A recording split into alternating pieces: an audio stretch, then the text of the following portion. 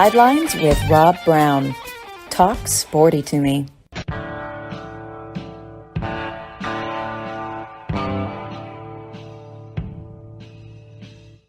Hi, Rob Browne here with you on this Tuesday roundtable.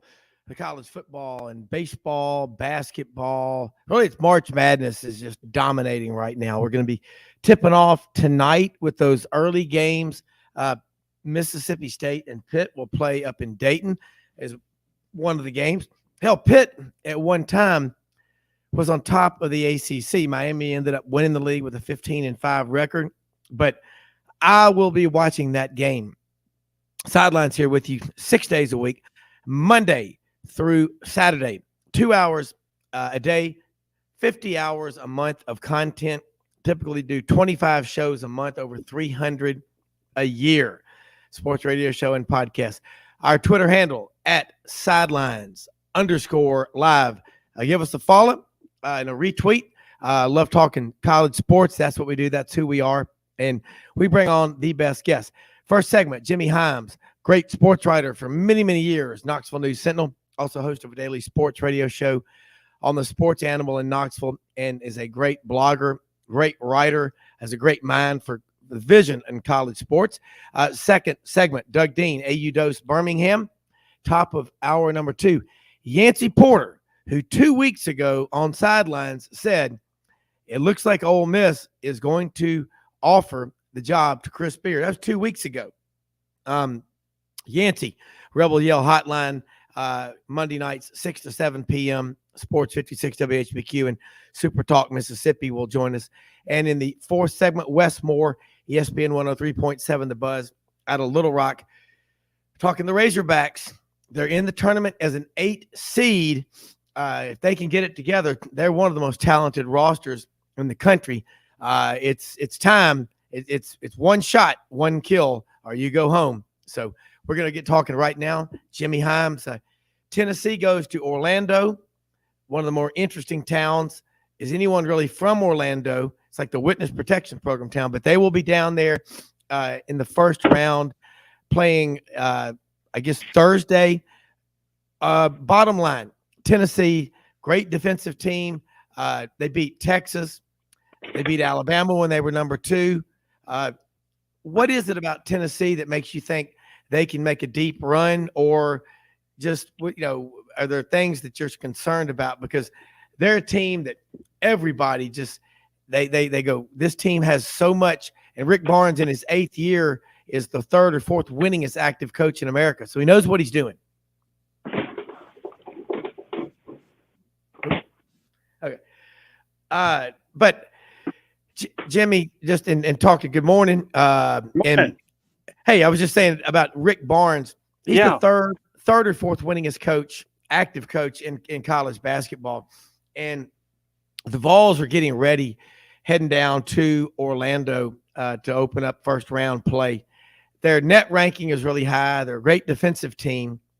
Had some big victories during the season. They're one of the few teams in the SEC Big 12 matchup that got a win.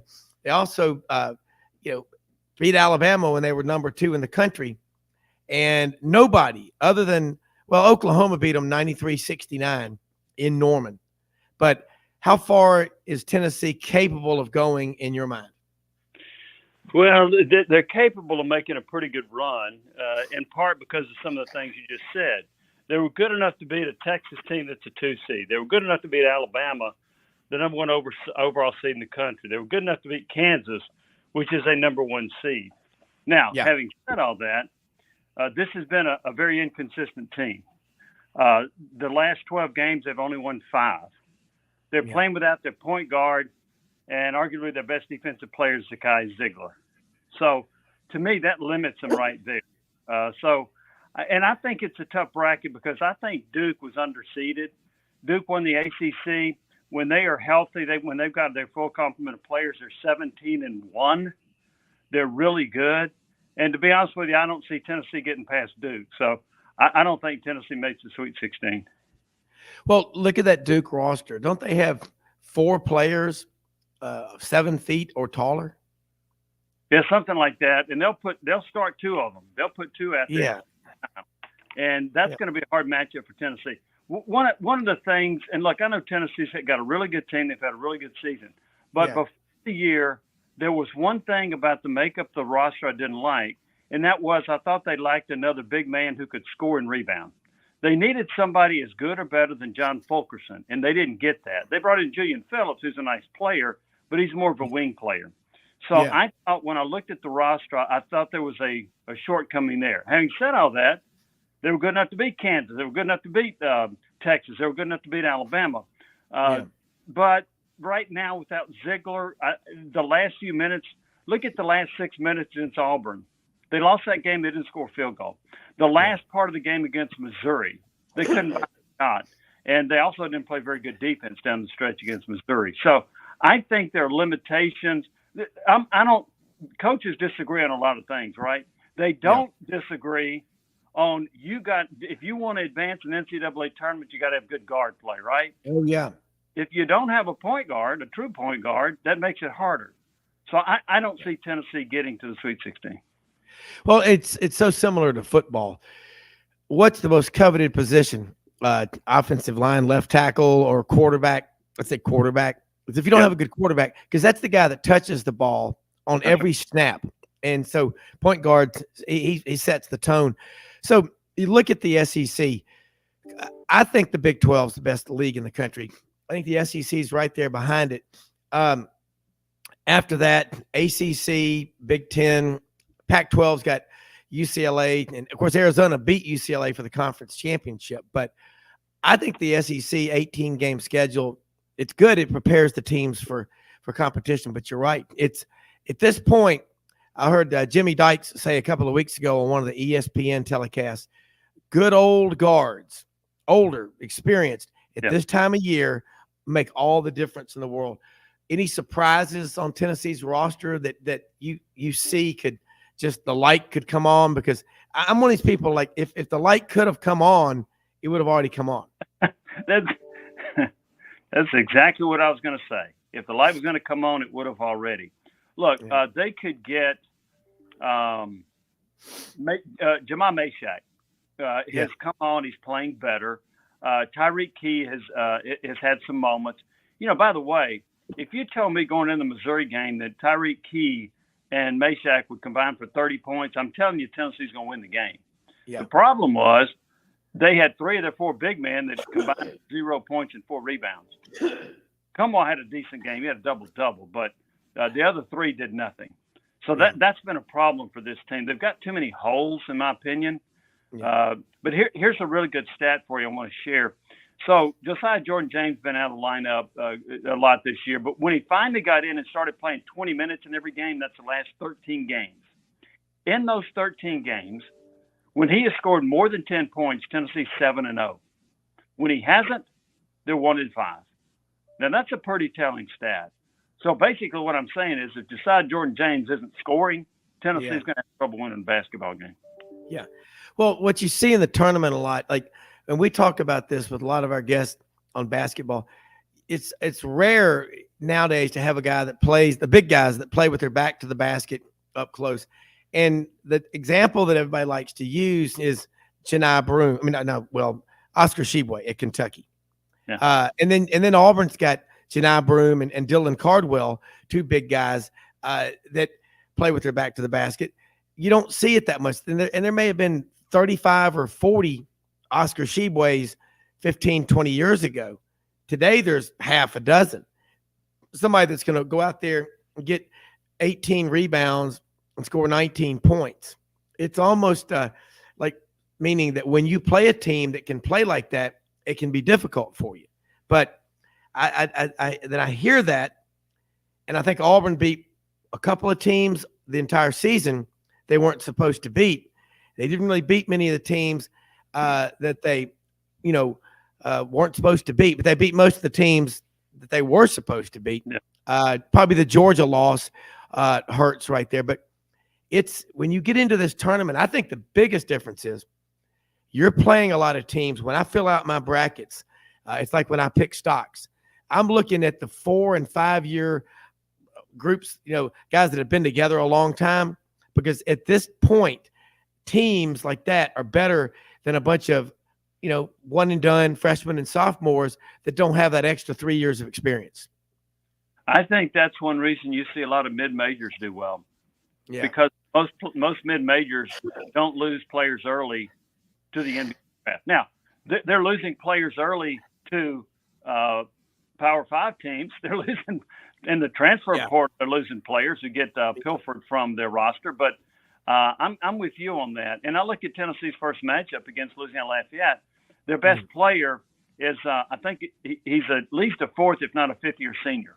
Then they've got another guard named Lewis that starts for them. They've got a player that's played 144 games, another player's played 120 games, another player's played 83 games. They got transfers from Arizona, got transfer from St. Joseph's. They got transfer from South Carolina State. They've got more veteran players, which is why I think they're a dangerous team for Tennessee. But I agree with your point. When you start looking at these rosters and you got players that have played 3, 4, 5 years, look out, because I think those teams are dangerous. And when you've got veteran teams, they're less likely to be overwhelmed by the moment. So I agree with you on that point. Yeah, and when you're picking these games, you have to think about, okay, right, who's got the good guards, the older players. And that is the neat thing. You have 357 teams that are eligible to make the NCAA tournament. 68 of them get there. So that's about 20%, a little over, not quite 20%. That's and I think so far in the 9 years of the college football playoff, we've had 14 of the 131 schools, so just over 10% have qualified. And of that, the majority of it's been Alabama, Clemson, Oklahoma, Notre Dame, Georgia, Ohio State. That's who's done most of that. So, and I think now the SEC, what other teams other than Alabama, which is they're going to be a prohibitive favorite going into this tournament. Houston's also a number 1 seed.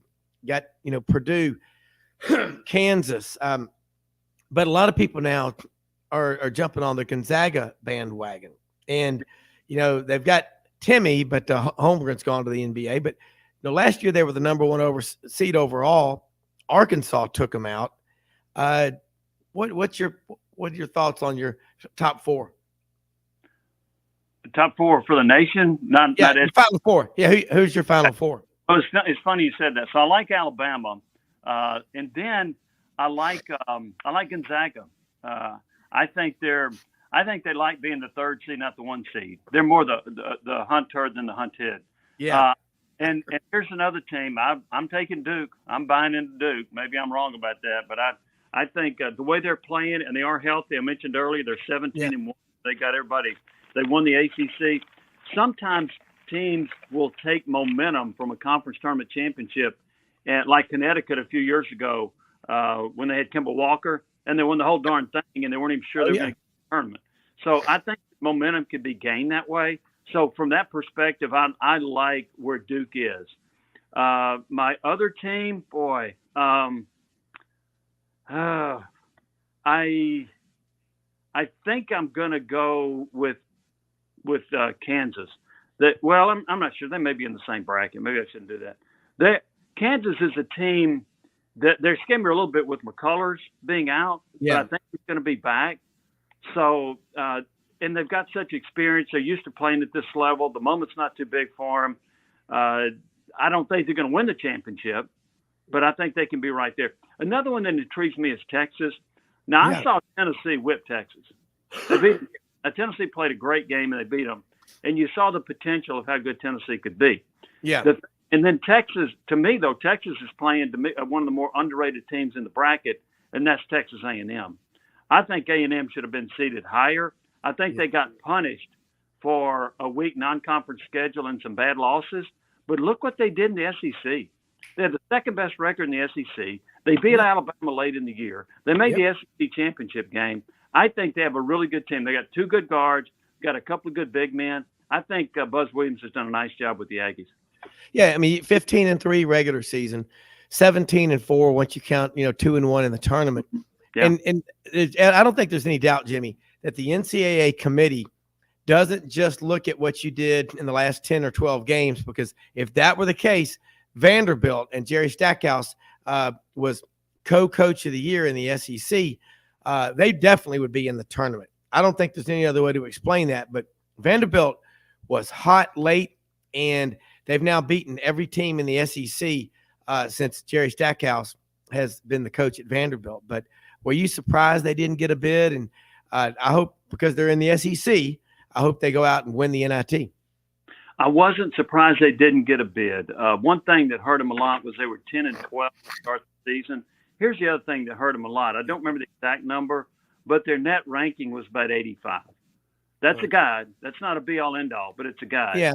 Nobody got in the tournament with a net large of over 70. I think that's correct. So because their net was so high, I thought that that eliminated them. I mean, it's like, North Carolina didn't get in and their net was 46. Rutgers didn't get in and their net was 40. So, and Oklahoma State didn't get in, their net was 43. So I think that really hurt Vanderbilt. You're right about the way they closed the season. They had a stretch where they won 10 out of 11. They ended up losing. So they ended up winning 10 of the last 12. But I don't think the committee puts as much stock in what you do in the last 10 or 12 games like they used to. I think they weigh at times, and I'm not sure I agree with it, but I think they weigh as much what you do in December at times as much as what you do in February and March. I don't think there's any doubt. I mean, that is but I totally agree with you on that. They look at the entire season. But okay, North Carolina, Rutgers, Oklahoma State all had nets in the 40s. And did not get to the tournament. We're going to take a quick break, a few more minutes with Jimmy Hyams. This is great stuff on March Madness right after this quick break.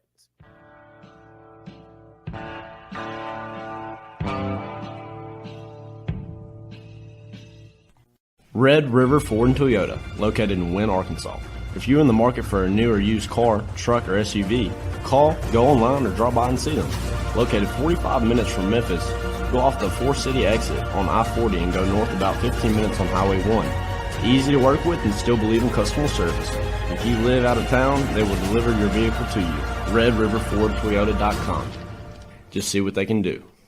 Strengthen your seed zone this spring with quality tillage equipment from House Industries. Located in Cherry Valley, Arkansas, House Industries specializes in manufacturing superior equipment that will minimize your downtime and keep you working in the field. To ensure the highest quality control, all design, fabrication, and testing takes place in a 99,000 square foot manufacturing facility located right here in the heart of the Delta.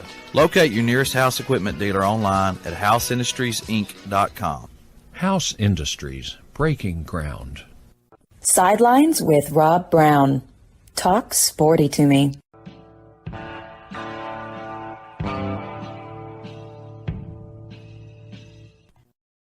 Yeah, I think the net rankings, I look at that, and I think I know you do too. There's the Ken Palm, there's Joe Lenardi. These guys, you just envision them down in a basement, 50 feet below ground, like it's like up at the Pentagon. That movie with Kevin Costner back in the early '90s, A Way Out. The guy crunching all the numbers with a bunch of guys in short sleeve shirts and clip-on ties and thick glass, like NASA. I mean but. They're amazing. I mean, it's really cool to watch this stuff. There's not another sporting event like March Madness because there's so many teams that are eligible to make it. And I looked at Auburn played 13 teams during the season that made the NCAA tournament. The only schools that played more NCAA tournament teams during the regular season than Auburn are Texas, Baylor, and Kansas. That Big 12 is an amazing league. And Oklahoma is usually pretty good in basketball. They're not even there this year. Yeah, you're right about that. I did not know that stat, Rob. That's really interesting about with the Big 12. The Big 12 is outstanding. There's no doubt about it. They're really good this year. I had trouble figuring out how good I thought the SEC was. They've got 8 teams in the tournament. Yeah. But look how many of them are seeded 7 or higher. Yeah. And look, the strength of a conference can be evaluated in a variety of ways. I look at give me your 5 or so best teams. That's kind of what I look at. Yeah. from that Yeah. perspective, I didn't think the SEC was as good as it's been. Because in my opinion, there's only one team in the SEC that's got a chance to make the Final Four. There's only one team that I think is going to make a big run, and that's Alabama. Yeah. So I think the other teams are good, but they're flawed. Tennessee's good, but flawed. A&M's good, but they got a couple of flaws about them too. So I agree with you about the Big 12, but I'm going to be curious to see how the SEC fares. Kentucky's one that boggles my mind. I watched Kentucky whip Tennessee twice, and I thought, man, that's a really good team. Yeah. And then they lost at home to Vanderbilt, and they lost at home to South Carolina. You're thinking, how in the world did that happen? So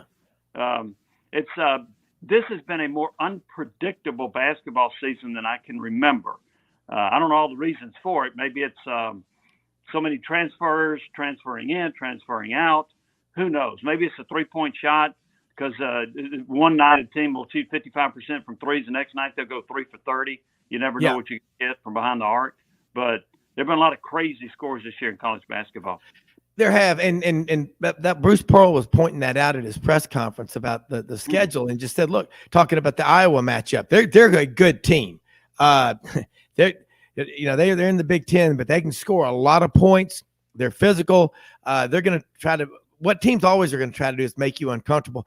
This morning on SEC Network, there was a great the LSU Loyola Marymount game in 90 or 91 that was in Baton Rouge, February 3rd. Yeah. Wow. You watch the way they run up and down the court. I mean, that game was remember some of those games, 130, 140 points that they were scoring. I mean, that you don't even, you're lucky to see half of that in a lot of these SEC games. And I think you're right. Alabama is the SEC's best threat to go deep. You look at the Big 12, Kansas State is one of the more underrated teams out there to the point where their coach, after they beat Kansas this year, quit saying all this, Kansas this, Kansas that, start talking about Kansas State. Well, and what they've got one of the great stories in college basketball, Keontae Johnson, who played at Florida, and many people remember he collapsed against Florida State in December years ago, and Florida would not clear him. They were scared about I don't know if it's myocarditis or whatever it was, heart issues that he had. They wouldn't clear him. Kansas State said, we'll clear him, and he's had a great year. If Kansas State doesn't have Keontae Johnson, I don't know that they make the tournament. I think he's that good. So it's a great story, and I'm really happy for Keontae Johnson. But, yeah, Kansas State's good. That's a good basketball team. There are a lot of really good ones. I mean, I was watching, Baylor's a third seed, right? Yeah. That's a pretty good basketball team. So they do have a lot of really good basketball players and coaches in the Big 12. And Bill Self, is he definitely going to coach? I mean, I don't know I know he was in the hospital. Yeah. I don't know if he had a heart attack or what. He will not coach. He'll just be there. I don't know. I know he had 2 stents put in there, and he's out of the hospital. Yeah. So I don't know what that status is for him. But that's a scary situation for Kansas and Bill Self. But I don't know if he's coaching. Yeah. All right. Now I want to look at just around some other stuff. Tennessee spring practice is right on top of us. We've got a few minutes before you go. We got baseball going on right now. Kind of give us an update on that. And what are the plans on expansion? Are they definitely going to expand? Because I know the Smokies have their, big following. Tennessee is, let's face it, Tennessee baseball, conference play starts Friday. I got a lot of friends in Knoxville. It's a really big deal. Yes, it is. So you asked me about expanding. They are incrementally expanding Lindsey Nelson Stadium. I remember talking to Tony Vitello, and it's like you were lucky to get the capacity of 4,000, and you couldn't get. I mean, there were games where they had like 1,000 people that show up, and now it's standing room only. So I remember asking about that. He said, "Look, we don't want to build too big too soon. We don't want to go from 4,200 or whatever to 9,000." So they built a third deck in the porch, and they put in some seating along the baselines. And so eventually, I think they might get to 8,500 or so. Okay. But he didn't want to get there too quick because he still wants to have tickets in demand, and they are in demand. He's got a really good team. They just swept Morehead State, scored 23 runs in one of those games. The shortstop that transferred in from Kansas, they had a little bit of an issue. Maui Ahuna hit 3 home runs over the weekend. Transfer from Cincinnati, Griffin Merritt hit 3 home runs over the weekend. The pitching staff is phenomenal. It's the same weekend staff they had a year ago, so they've done great. And they've added a player that transferred in from Missouri named Seth Halverson. Yeah. He sat out last year. I think he had Tommy John, and he's pitched really well. So this is a staff that is loaded. They are starting to score some runs. Some of the players that took a little while to get going are hitting. So they opened their 3-game series at Missouri. I fully expect Tennessee to do well. But I'll say this, Rob, I think they'll be in more 4-3, 3-2 type games instead of what they did a year ago, which was 10-2 and 9-1.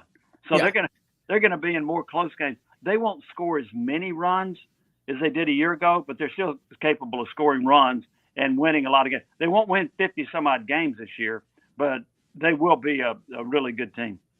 Well, winning those close games makes you closer as a team, and they may be a better team, but even though they're not scoring those many runs as but last year they were so dominant. When they went on the road in Oxford against number 1 ranked Ole Miss, and Lane Kiffin threw the golf ball there at the opening, Tennessee took that and ran with it the rest of the year. They're terrifying when you play them because they're so explosive. They're like a team with a lot of skill players on offense. They're scary. Quickly on football, real quick. Nico Lamaliva. We know about him coming in early, but you've also got Joe Milton, the third back. Joe Milton looks like in the time when we first watched him against Bowling Green in the opening game of 2021, and I saw him against Clemson, and I picked Tennessee to win that game. I picked them to win 27-10. They won like 28-14. Dominated the ACC champion. I don't think there's any question. Josh Heupel is one of the best quarterback coaches in America. But with all the athletic ability Joe Milton has, and now the mental part seems like it's coming together, Tennessee, I think, is going to be right back in the mix this year. I think there's a potential for that. Rob, what you said, if Joe Milton plays all season this year, like he did against Clemson, look at it. Tennessee will be really good again. Milton has all of the physical attributes you would ever want. He's got an incredible arm. He's a big, strong guy. Heck, he's big and strong like an Anthony Richardson. He's also fast. The decision-making is the thing that hurt him when he became the starter in 2021. His decision-making in 2022 was much better. Most of it was in a mop-up role. But I really like what I saw against Clemson. And if he can continue to play at that level, Tennessee will be really good again. I don't know if that means 11 wins. It'll mean at least 9 wins. It may mean 10 wins.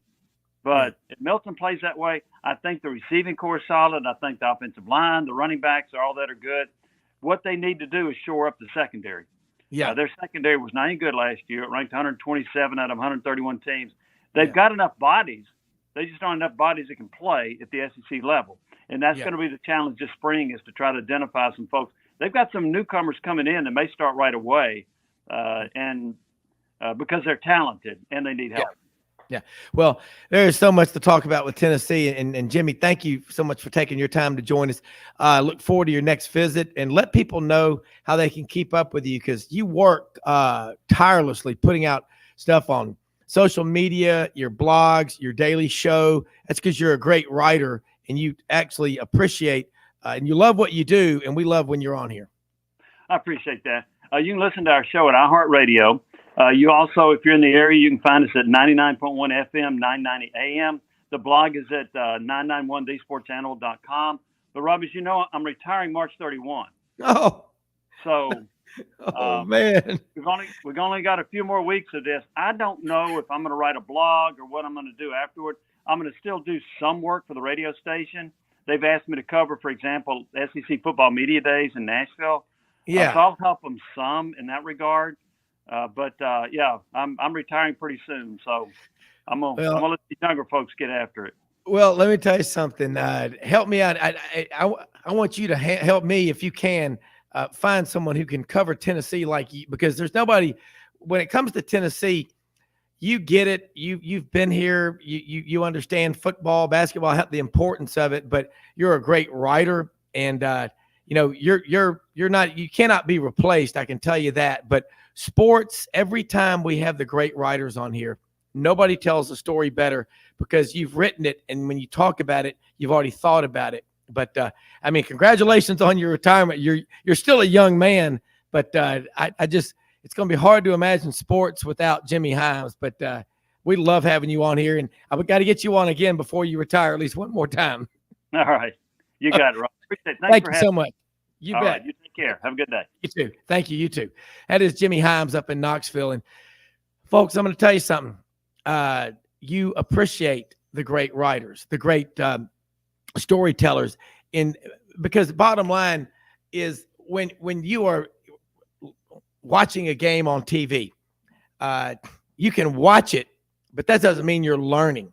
We all grew up waiting for the newspaper to come out, 10:30, 11 o'clock at night, the Birmingham News out on the streets, the Commercial Appeal, the Knoxville Sentinel, whatever it was, the Baton Rouge, State's Advocate, the Mobile Register, the Orlando Sentinel, the Atlanta Journal-Constitution, Montgomery Advertiser, Anniston Star, the Nashville Banner Herald, Chattanooga Times Free Press, you name it. It's like this. You can see something outside that happens, but did you get a picture of it? You can tell me about sunsets all day long, how beautiful they are, but I want to see a picture. I want to read about it. And Jimmy Hyams is just a great sports writer, and he translated that. He transferred that over into sports radio, a great blogger. For a long time, folks, you couldn't have your sports writers appear on local sports radio shows. A lot of newspapers forbid it. It was forbidden. And now you've got some outstanding writers who have gone into radio, and they do a lot on social media with Twitter. Read what Jimmy Hyams is putting out. Tennessee fan or not, you'll appreciate it. He ain't going to say something just to say it. He's not going to get everything right. That's how it goes. Nobody is. But his intentions are right. So thank you, Jimmy Hyams, and just outstanding career. And another one that is not anywhere close to retiring, Doug Dean will join us here in just a moment from Birmingham, the AU Dose. But folks, you're filling out your brackets. The only advice that I've ever given to people is don't get caught up in the names. Don't get caught up in where the games are being played. Look deep into how many 4th and 5th year players are on those rosters. Okay? You got to know that, because you get a bunch of freshmen out there in the NCAA tournament that may be really talented. Things don't go their way. They can have a panic attack. Those veteran players, they're worth their weight in gold. Last year, I was not surprised when St. Peter's beat Kentucky. In a comparison I'll give you, St. Peter's coach had a salary of like $200,000 per year. Not bad. That's for these SEC coaches, let's be honest, that's a game. A lot of these coaches are making $200,000 a game. Okay.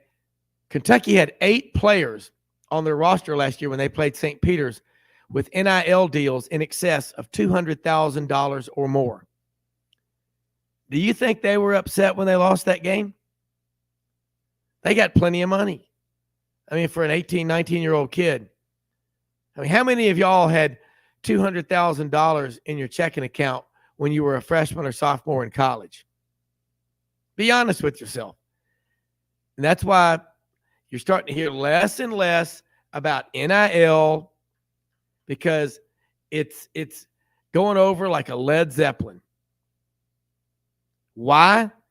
Because the free market doesn't work like that. And these kids are learning.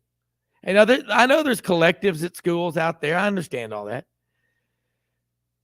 But if the first thing out of a kid's mouth when you are recruiting him is, what kind of NIL deal do I get?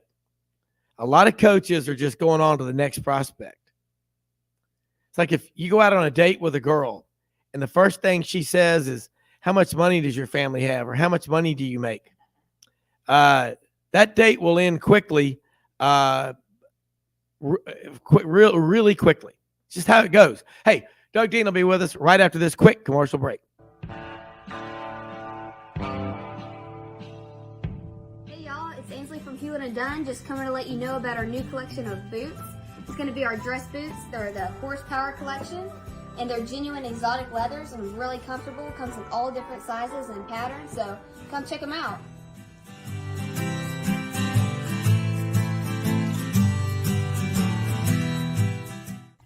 Red River Ford and Toyota, located in Wynne, Arkansas. If you're in the market for a new or used car, truck, or SUV, call, go online, or drop by and see them. Located 45 minutes from Memphis, go off the 4-city exit on I-40 and go north about 15 minutes on Highway 1. Easy to work with and still believe in customer service. If you live out of town, they will deliver your vehicle to you. RedRiverFordToyota.com. Just see what they can do. Strengthen your seed zone this spring with quality tillage equipment from House Industries. Located in Cherry Valley, Arkansas, House Industries specializes in manufacturing superior equipment that will minimize your downtime and keep you working in the field. To ensure the highest quality control, all design, fabrication, and testing takes place in a 99,000 square foot manufacturing facility located right here in the heart of the Delta. Locate your nearest House equipment dealer online at houseindustriesinc.com. House Industries, breaking ground. Sidelines with Rob Browne. Talk sporty to me.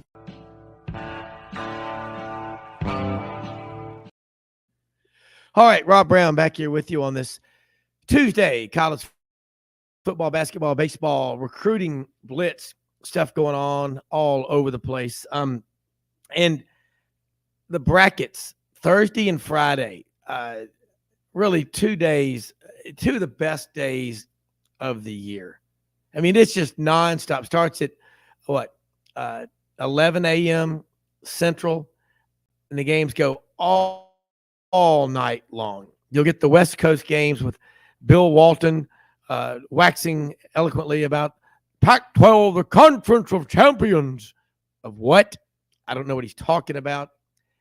Pac-12 is soon going to become a six-pack if they don't start being aggressive in trying to retain their current members. Okay, that they got to do that, and I mean, but you're going to see, like we talk about the mid majors. You want to talk to purists in basketball. I love having a guy like Bob Marlin from Louisiana Lafayette on this show. Our good friend Gordon Ford, who will be back with us soon, is very close to Bob Marlin. A lot of these coaches from his days at Ole Miss back in the mid-'80s, early mid-'80s, when he was a manager on that team, and always has kept up with these guys. They love basketball. And I, for one, as an SEC man, I long for the days of the Big East tournament at Madison Square Garden. That was so fun and so good for college basketball. Now, granted, they sometimes, they shoved it down your throat, but I love college basketball and these Big East conference tournaments. And we talked about this with Kane Thomas yesterday, Tommy Kane. Back in the day, you had to win the ACC tournament in Greensboro to get the NCAA bid. Now you might have 5, 6. The SEC this year has 8 teams going to the tournament in places like the fair city of Birmingham, the Magic City, home of Doug Dean, Maury Gaston, and Mildred. Doug, I guess you must have run into Mildred in the break room. I swear it. Well, the danger of you not having a co-host some mornings is it can be all Rob all the time. Radio. Now we had Jimmy Hyams on here right before you from Knoxville, and he was killing me because he's retiring March 31st, and he's one of my favorites. And so I was talking to him, but hey, we've been waiting for you, and I got a text here right now from Mildred over in West Vance, and she said, "Doug, your Final Four, and I'll be pulling for Auburn, even though I'm an Alabama fan." Well, because I think I know your dominant listening audience, and it forces us to be a little bit delicate about political correctness with rivalries, right?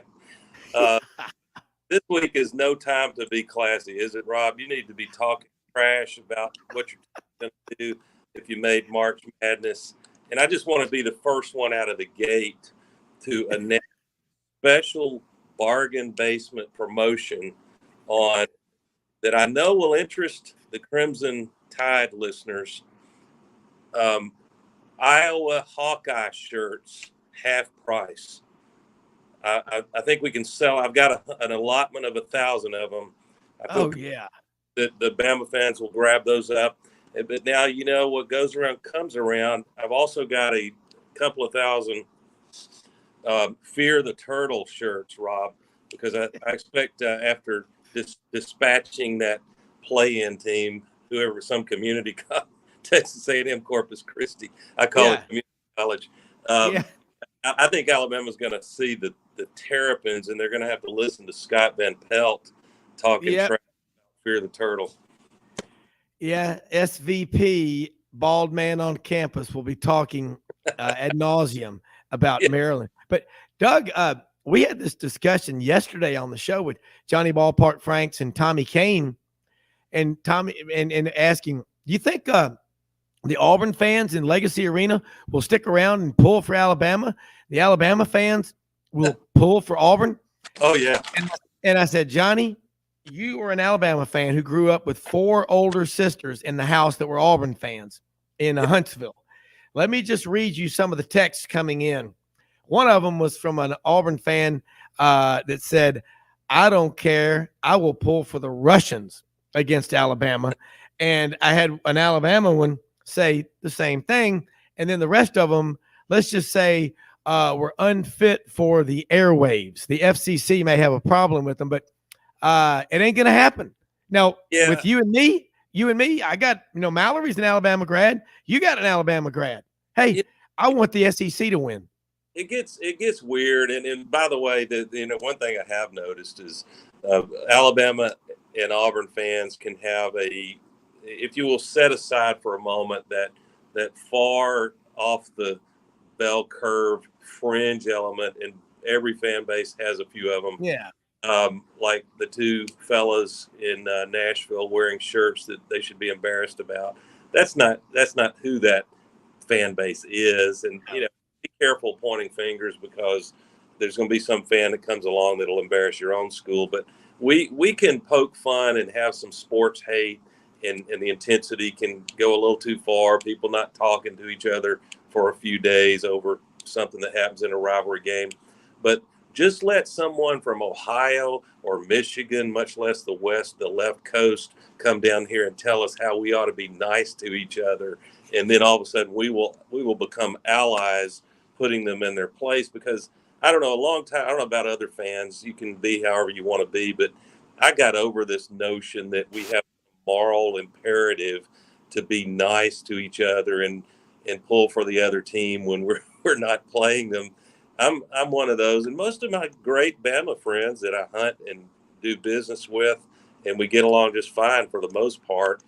We all buy into the strategic warfare concept, Rob, that anything bad that happens for Alabama or Georgia is automatically good for Auburn, and vice versa. Well, we do, but, and I say this in football, if you're an Auburn fan, do you want Alabama to be 0-11? The Iron Bowl would never be on TV. It'd be on PBS, after McNeil Lehrer report. Since when that a worry to begin with, Rob, Alabama? Yeah, exactly. I'm saying, so my deal is, as an Auburn fan, Auburn grad, is I worry about Auburn, and I don't, win all your games. I just want to beat you. That's how I've always been that way, though. And I just think there's some people who have, as Coach Dye said, is Harvey Updike typical of Alabama fans? No, Harvey Updike is typical of somebody with a miserable life. Yeah. Yeah. Well, yeah. And, there aren't too many benefits of getting older, Rob, but one of them can be, if you cooperate with it, that you don't have to, invest your personal, emotional well-being, much less your manhood, in how these 19 and 20-year-olds perform for you on a Saturday or on a weeknight if it's basketball. You have fun with it, but I've enjoyed getting to the point in life where, if you drop a game that's kind of a tough one, like that road game in Tuscaloosa, I could be mad at the officiating for a few minutes, but within a half an hour, you lift a cocktail and it's another day and you move on.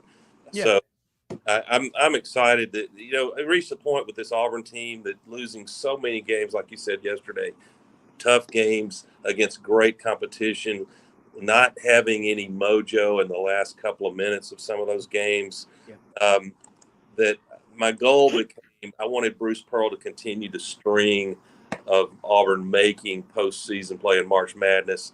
And he's done that. And now we can start being a little bit greedy. That's going to be a challenging matchup with Iowa. But I do think most of the basketball power index that ESPN produces, they simulated 10,000 times. I think they've got Auburn winning that one about 62% of the time. We're going to need a little bit of a home vibe.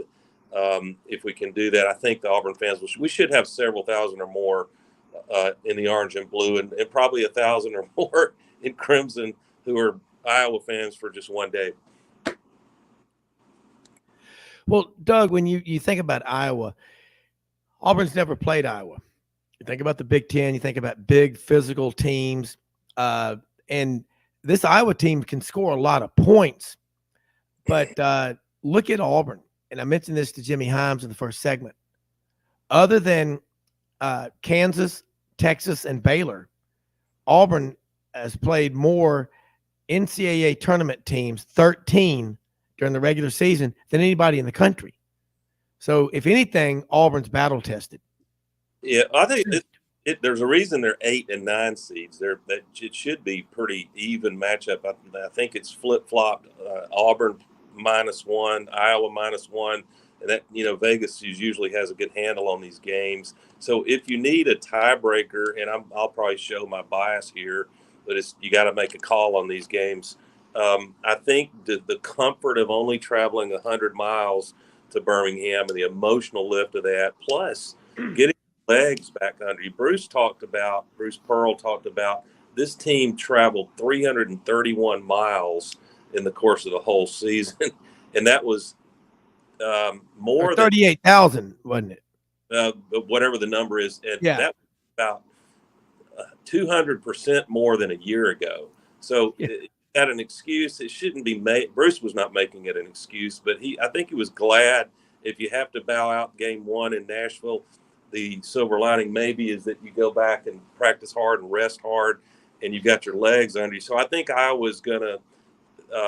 I think Iowa at different points will struggle. They'll have trouble with the quickness that Auburn brings. I don't think Iowa sees that week in, week out in the league they play.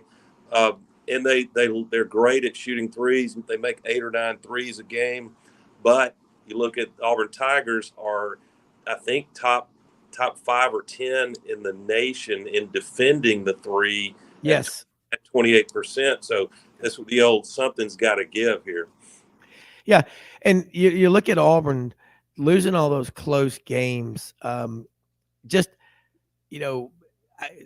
guard play has got to be just the best it's been all year.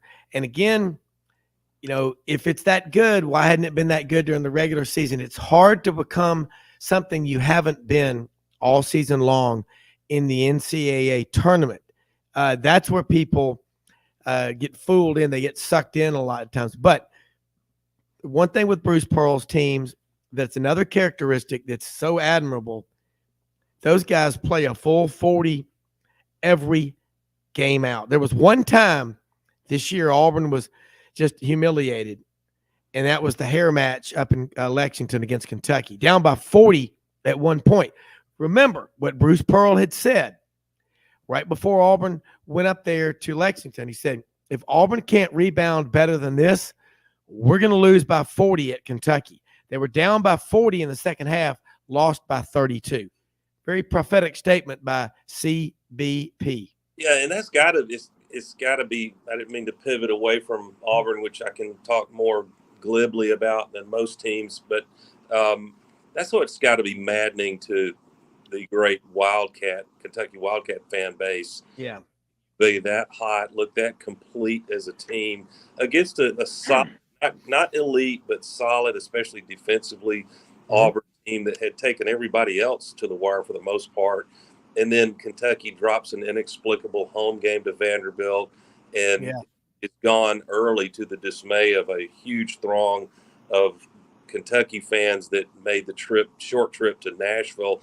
So, Kentucky is frustrating to try to advance very far in your bracket. The minute you don't, you find them in the Final Four because the Cats have been to 17 of those things, the Final Four. And anyway, the storyline this week, and I'm going to tease you, I'm going to tempt fate with the basketball gods. I'm probably going to make some Auburn people mad at me for jinxing something. But if you can show up, play 40 minutes, and find a way, it doesn't matter how much you beat Iowa, but if you get by Iowa, guess what is special about this coming Saturday, March 18th, Rob? Well, you tell me. Well, it's the 63rd birthday of one Bruce Pearl. Okay. March 18th, this Saturday. Yeah. Not that helps you. Well, I was going to say it's the opening day of turkey season in Arkansas, I think.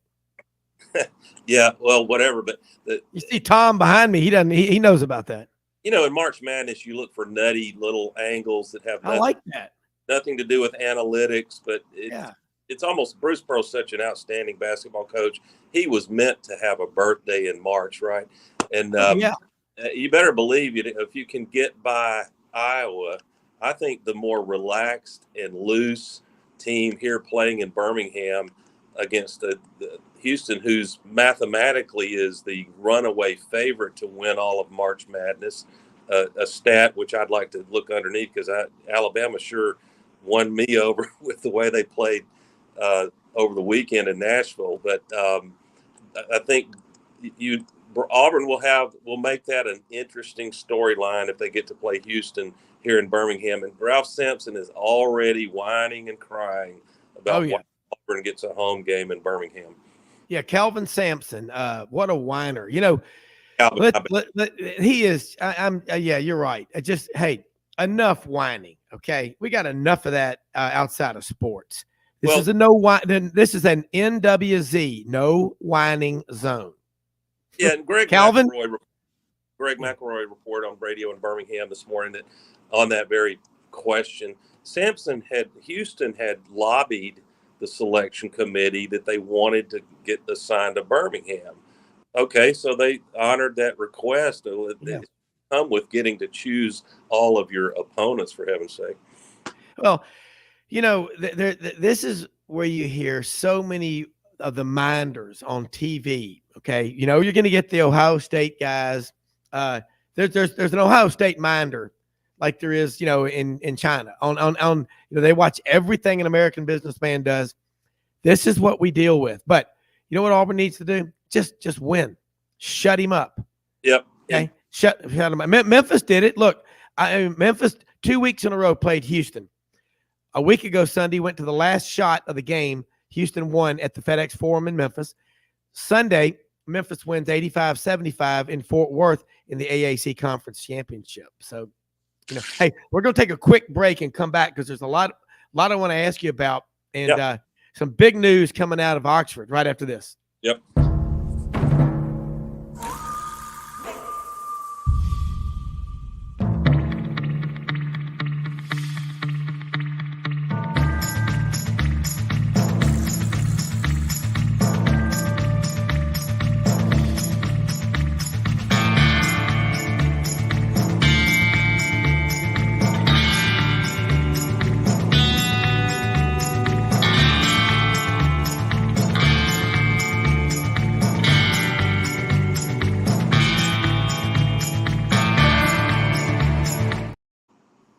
All right, let me say something about one of our sponsors, a new sponsor we have. Proud to have her, Eleanor Maynard, Hobson Realty in Memphis. Eleanor's fourth-generation Memphis residential realtor, third-generation Hobson realtor, top 5% out of 4,600 realtors in 2022.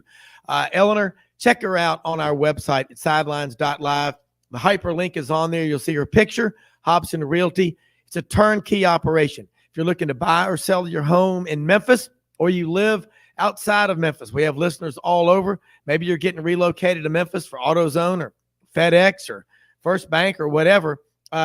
Call Eleanor Maynard on the website. Phone number, everything is there. Her team will get to work for you and find you what you are looking for. One of the top realtors in Memphis, the official realtor of Sidelines, Eleanor Maynard. We're going to get her on the show next week to introduce her. She's on spring break with her husband and the kids this week, but Eleanor is a go-getter. She's a producer. You get her on your team, finding a house for you to buy or sell, you will sleep well because she is a winner. Also, rumbleboxinggym.com/Midtown Memphis. And Camp Lee opening up 3 of these gyms in Memphis. This girl, you talk about a producer and a winner. Same thing. The first location, Union and McLean, Midtown Memphis, 25 weight benches with all the dumbbells and all in the middle, group training, 45-minute intense workout sessions, and on the other side, 25 punching bags.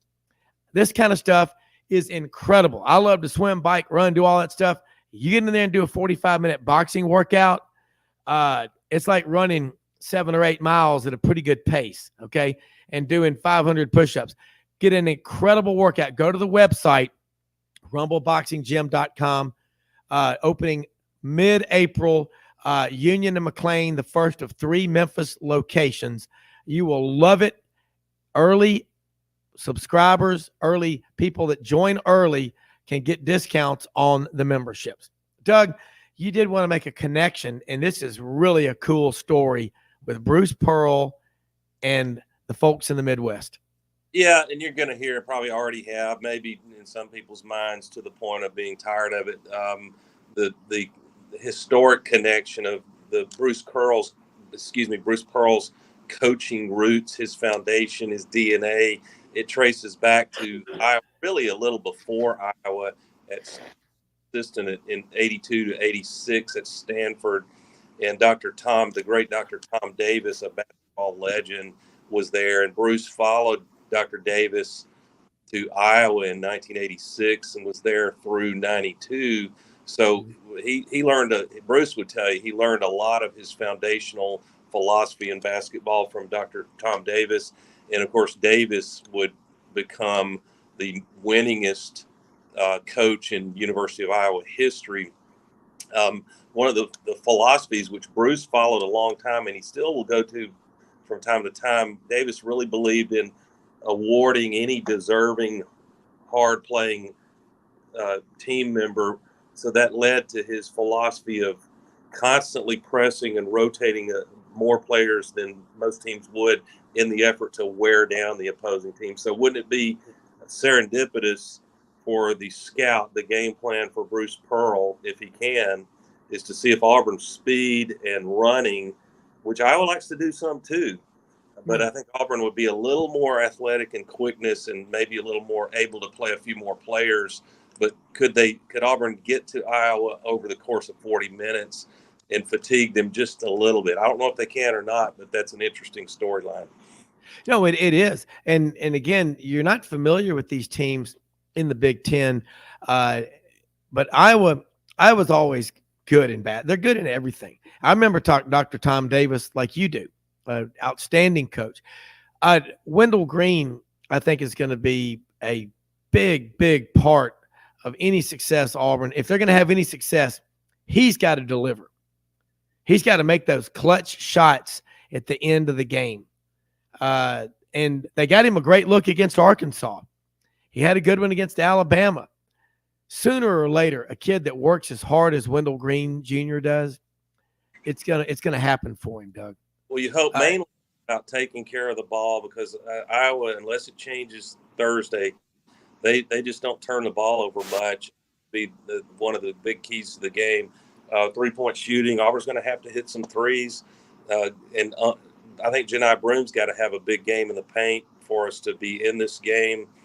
But I want to preach before you go to anything else you want to cover, Rob.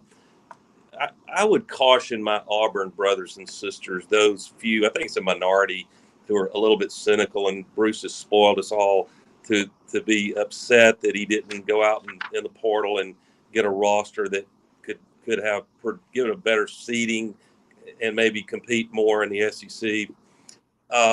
This is a coach at a historically mediocre basketball program, if we're honest, that reached 300 victories, the second fastest NCAA coach to do that, needing only, Rob, 382 games to get to 300.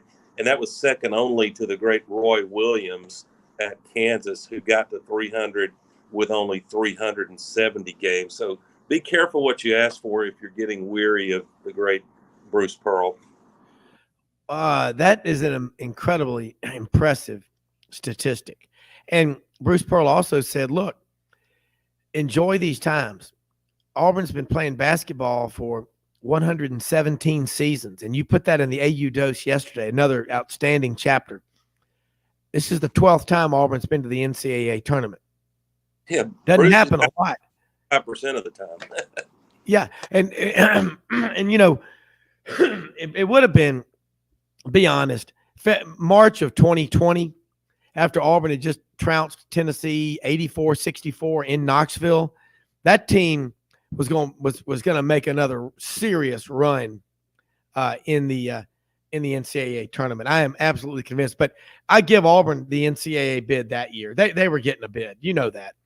Oh, that's sure. Silly. So everybody got screwed because of the deadgum virus. Yeah. All right. And don't even get me started. So I'm going to give him that one. Okay. Is that okay? Why not? Yeah. Yeah. And I'm going to claim the 1972 SEC championship in football for Auburn. Is that okay? I'm doing it. Oh, why not? Hey, Rob, I got a pro tip for your March Madness schools. All right, here in the Deep South, and with good reason, Alabama is an unbelievable team. They're hitting on all cylinders. They're rolling. But if you're go in your pool and check the rule set that the commissioner, most of us use the CBS Sports site, and they can, some of them are just, if you win, it's that seed times the win. But some of them, like my own, you add a multiplier. So each round, the first round you only get times 1, the second round times 2, and when you get all the way to the championship game, the multiplier is 32 because that's the 6th game. And so the point being, when you pick a 1 seed to go all the way, that's mathematically in your favor, but there's not real value in it. Does that make sense? It's only one times the multiplier. So what you know here in the Deep South is that probably 60% of your competitors in these pools down here are picking Alabama to make it at least to the Final Four, if not win it all. And that certainly could happen, but there's not great value in it in picking your pool, if that makes sense, Rob. No, I see where you're going. And I've won some pools, the bracket things in my office before, and I do it. I like to choose without thinking about the name on the jersey as much as how many veteran players they have on the roster. Okay. Mark. And also if I can find out as a team, what's their free throw shooting percentage, because that's all on those individuals, and they can control that 100%. There's nobody trying to block them or whatever. There may be the guy with the rainbow colored afro, John 3:16, and at the behind the basket waving his arms or something. But there's a lot that goes into me picking teams, and I haven't even filled out my brackets yet. So big on, I don't know if it correlates if you modeled it a billion times, but I think there's something to a team's got to have the talent and a good net score and a good seeding. But then I look for who has been hot, that momentum factor, who's been hot the last 5 or 10 games. Well, that is true. Look at Vanderbilt. Vanderbilt had won, 10 of 11, 10 of the last 12 because they got beat by A&M. But I think going into the tournament, you remember when Auburn went to the Final Four, April of 2019.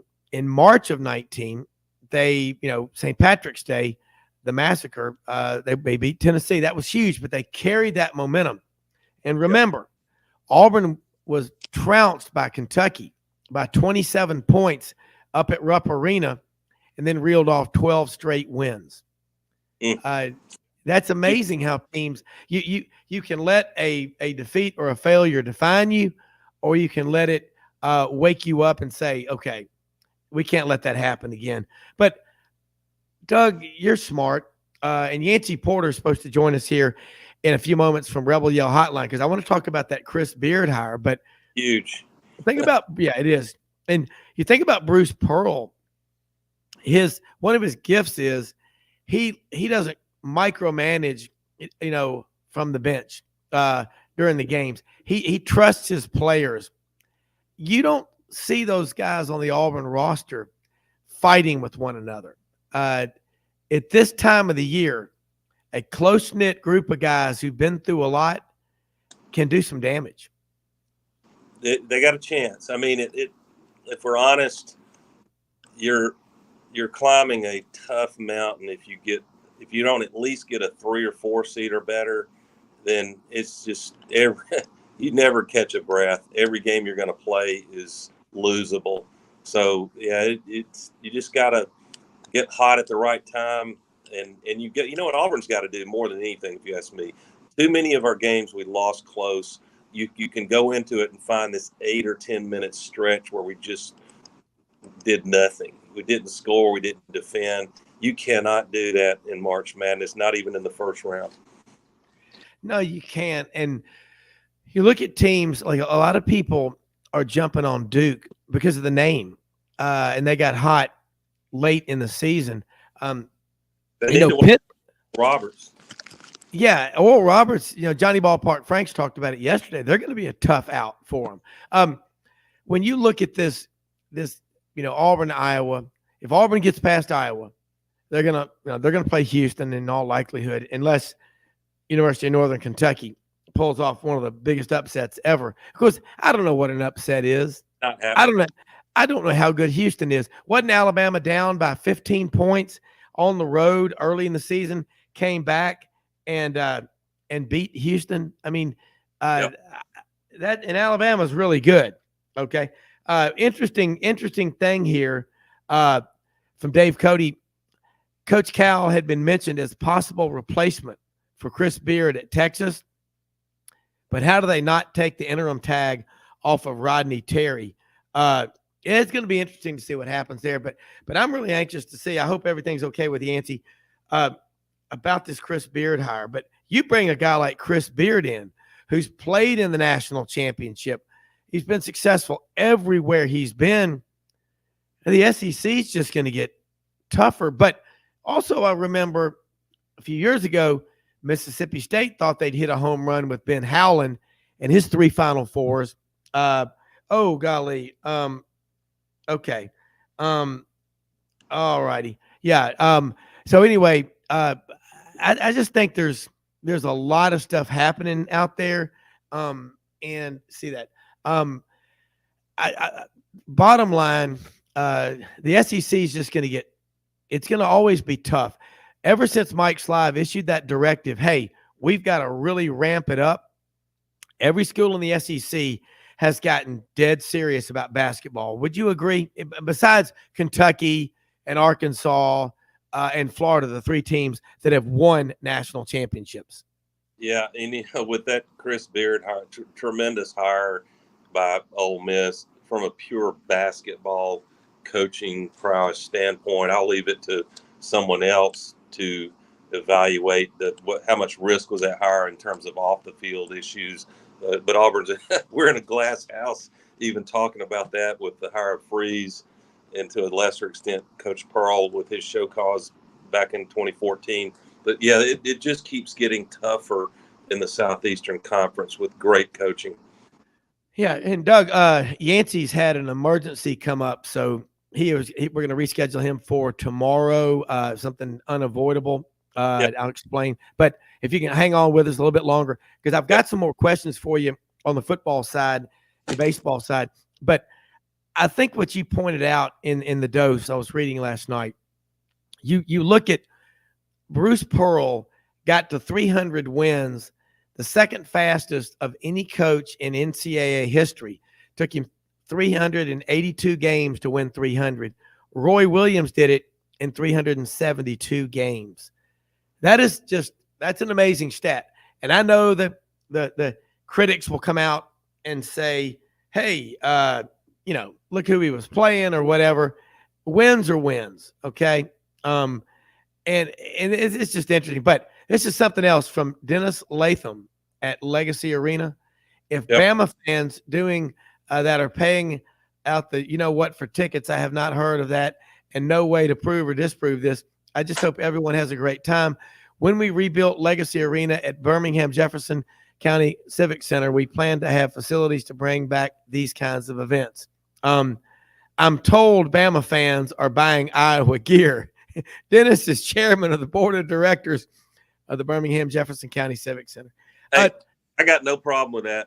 I think it's gonna be funny. I mean, you think, look, Auburn fans, that's what's fun about this stuff. It's not like that happens in the Southeastern, Nashville, and the Southeastern Conference tournament. They're fans, Kentucky fans, other fans that are cheering for the team they don't want to face. Maybe that they're cheering for the other team to knock them off because it makes your path easier. But to me, part of why we call this madness.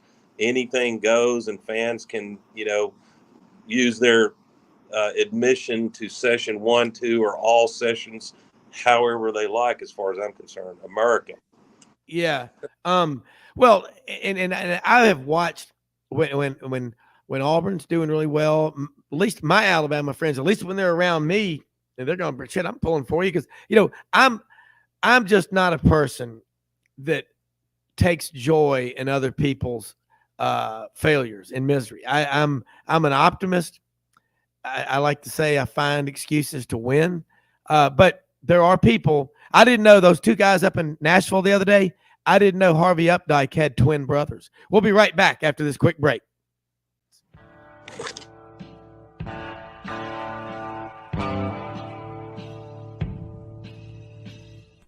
Red River Ford and Toyota, located in Wynne, Arkansas. If you're in the market for a new or used car, truck, or SUV, call, go online, or drop by and see them. Located 45 minutes from Memphis, go off the 4 City exit on I-40 and go north about 15 minutes on Highway 1. Easy to work with and still believe in customer service. If you live out of town, they will deliver your vehicle to you. RedRiverFordToyota.com. Just see what they can do. Strengthen your seed zone this spring with quality tillage equipment from House Industries. Located in Cherry Valley, Arkansas, House Industries specializes in manufacturing superior equipment that will minimize your downtime and keep you working in the field. To ensure the highest quality control, all design, fabrication, and testing takes place in a 99,000 square foot manufacturing facility located right here in the heart of the Delta. Locate your nearest House equipment dealer online at houseindustriesinc.com. House Industries, breaking ground. Sidelines with Rob Browne. Talk sporty to me.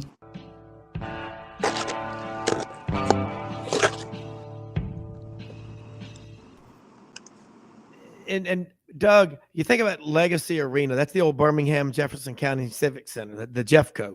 But you've got the SEC office, Alabama Sports Hall of Fame, Protective Life Stadium. That right down there, Top Shelf Golf. When you go on that NASCAR banking turn in Birmingham, I mean, when I'm coming back from Auburn or Birmingham, man, did somebody at Talladega or Daytona design that? Can you confirm that, or are you going to deny it? Or I mean, it's a NASCAR oval turn. Yeah, it's crazy. I was thinking Birmingham, for not being an international, we're certainly not a hub for air travel, but for what we are, who we are, what we've got in Birmingham, which there's a lot to like, unless you just really personally prefer the massive international city, and nothing wrong with that. But we've had our share of postseason March Madness events here. This one, especially if Auburn can do its job and make it to Saturday, the city of Birmingham, good grief, what an economic impact that Thursday and Saturday of March Madness will have on this city. Well, let me tell you this, and I just pulled it up from last week. Mildred, well, you caught me flat-footed on the Birmingham's best restaurants question. Let's put these out there. Fine dining, okay?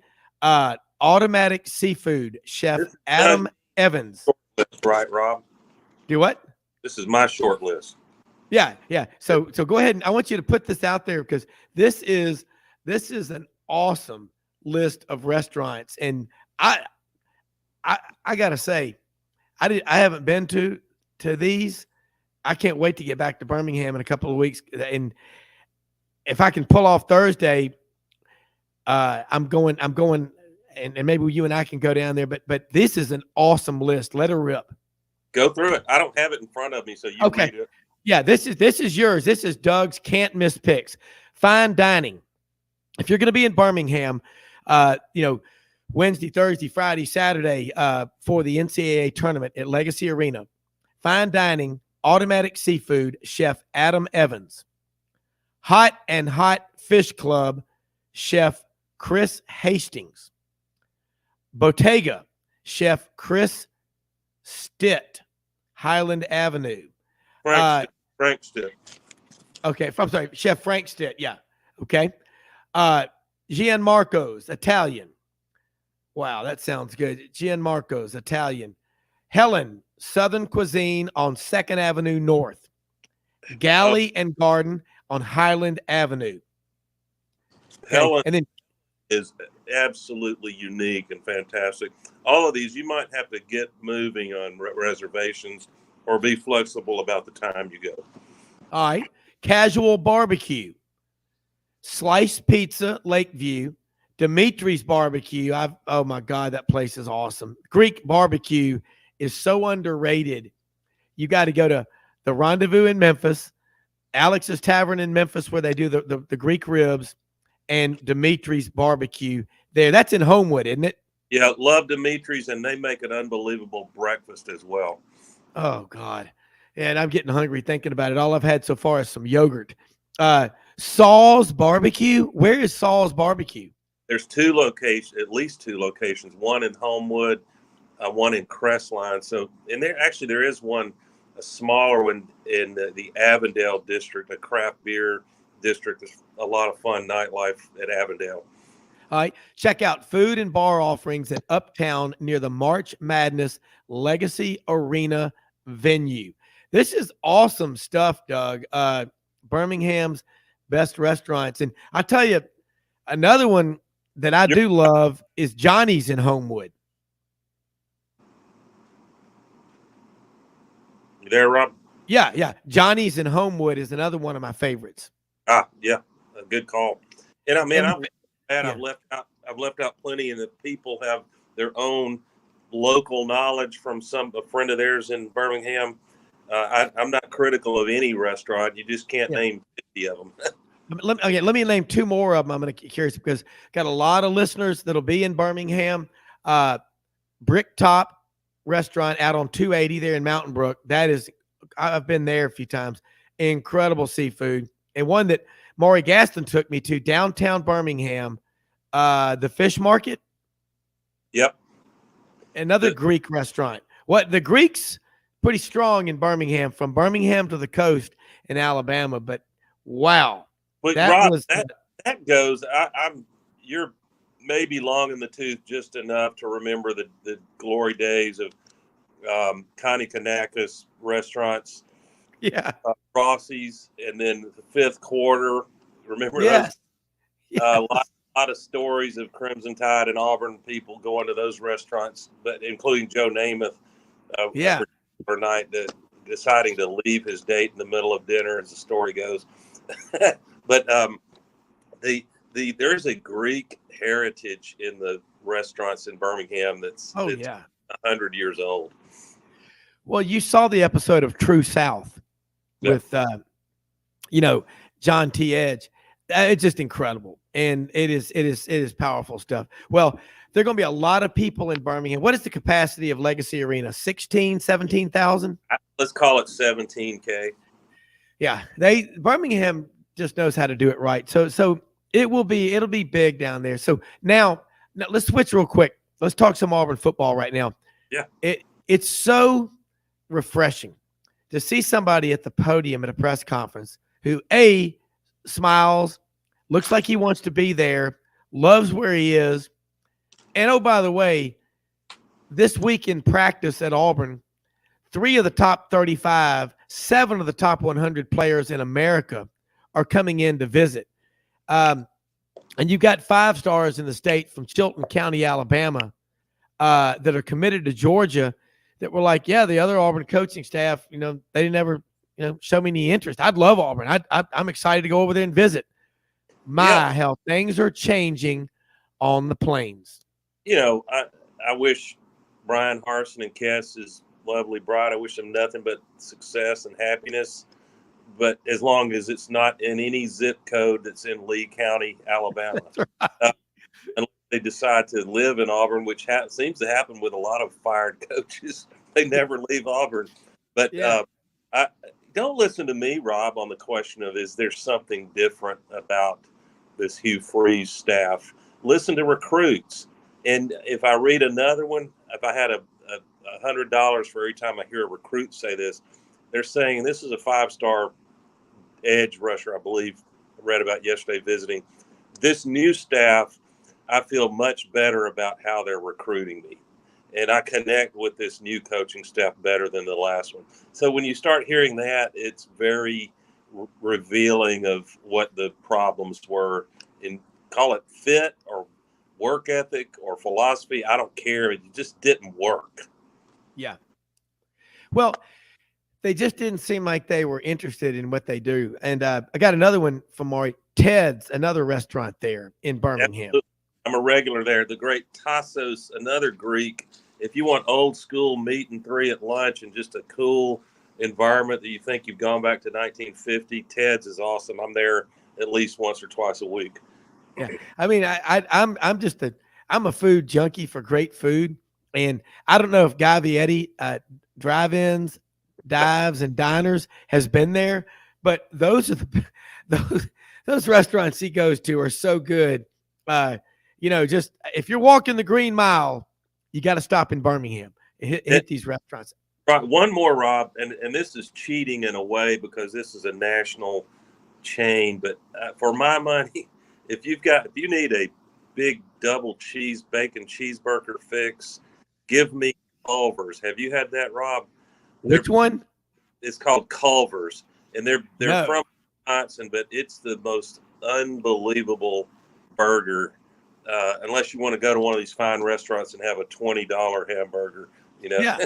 And Culver's, huh? Where they've got them in Birmingham?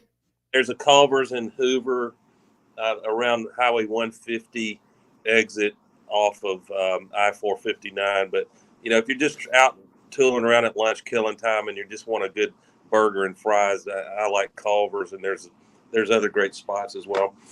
And no. Every time Audrey and I now go through Birmingham, whether it's to Auburn, to Atlanta, to anywhere, we have a must stop, and that is Milo's. Oh, yeah. I got to have the Mexi burger.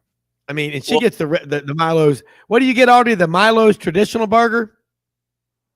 You get the Milo's traditional burger, don't you? Yeah. But I mean, let's face it, man. Birmingham, everybody coming in there this weekend, hit these restaurants. It's a great place to entertain. It's not just barbecue. My friend Tom Deacle, another great Auburn man, coincidentally, is president of Milo's Hamburgers, not T. They're 2 separate companies, but Milo's Burgers in Birmingham. And I ran into one of his director of marketing a week or 2 ago, and they're up to 21 locations in and around Birmingham and Alabama now. So I'm going to tell him he needs to cut you a check for the sponsorship this morning. He's the Milo's. I mean, I'm telling you, we go we go off the grid to hit those Milos because they opened the one up in Sylacauga, back in the summer. And it was so good. We went back through the drive-through a second time, but I also did it to tell the employees in the drive-through window, it is so nice in the world we live in today that people enjoy their jobs.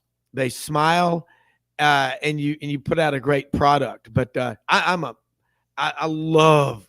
It's the way onions and that special sauce and the way they toast that bun, right? This is torture to do this right now. But hey, why can't they take over the concessions at Jordan Hare or Bryant Denny? I mean, right. You know that J. Jacobs' legacy is the funnel cake. Yes. Well, by the way, at the White River Dairy Bar over in Devall's Bluff, Arkansas, before you cross the White River, if you're going west, there's a place called the White River Dairy Bar, home of the funnel cake French fries. Oh, God. You can just feel yourself getting fatter when you eat them. And that reminds me, I'm going to start a bit of a diet and work out more. Maybe I can come to that gym in Memphis you're pimping. But yeah. I heard the great Barkley on a clip that goes back a few months. The diet that Barkley wants to recommend. Have you heard this, Rob? God help us. Tell me. When you bite into the food, if you put it in your mouth and it tastes good, spit it out. Ooh. That's his. Oh. Anything that's good must be bad for you. Yeah. Give me Brussels sprouts or whatever. Cottage cheese is, there's things that yeah. But I'm getting so hungry. I'm getting sidetracked today because, I'm going to try to get back to football, but I'm thinking about you go through Birmingham, there's this food, this black hole that you get sucked into. There are so many good restaurants to go to. I want to go to this Helen's restaurant. I got to check it out. And I'm going to give you another pro tip. If you don't have reservations at Helen, and it's early or late lunch, or early after, if your game falls where you can go eat dinner at 5 or 6, then go upstairs to the bar. You're almost certain to not have a wait at the bar and sit down and have a bite to eat at the bar. Helen, a great, great restaurant. Yeah, we're going to have to do it. All right, bottom line, spring practice right now all over the Southeastern Conference. It's the first time in a long time Auburn's had some offensive linemen. Alabama, they're going to be looking to replace a quarterback over there. Georgia doing the same thing. Ole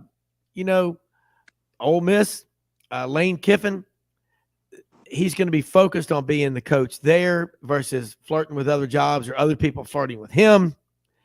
Texas A&M, could Texas A&M this year, now that maybe they've settled down and gotten rid of a lot of the guys that came in with their hands out for NIL deals, could Texas A&M surprise people and be good this year?